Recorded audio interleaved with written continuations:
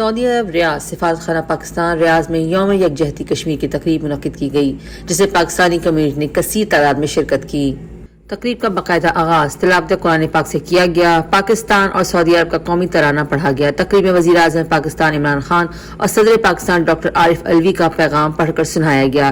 کشمیر پر قرارداد پیش کی گئی۔ تقریب میں خطاب کرتے ہوئے سفیر پاکستان جنرل ریٹائرڈ بلال اکبر کا کہنا تھا کہ 5 فروری کا دن ہمیں اپنے کشمیری بھائیوں پر جو ظلم اور جبر کیا گیا اس کی یاد دلاتا ہے۔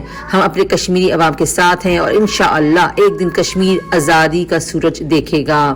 اقوام متحدہ کو چاہیے کہ کشمیر میں انسانی حقوق کی پامالی کا نوٹس لے۔ سفیر پاکستان کی تقریر کے دوران لوگوں نے کشمیر بنے گا پاکستان، لے کر رہیں گے کشمیر اور پاکستان زندہ باد کے نعرے بھی لگائے۔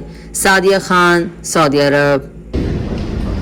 Today we reaffirm our commitment that Pakistan will always stand by the people of Kashmir and will continue to lend all moral, political and diplomatic support to them till they attain their rights.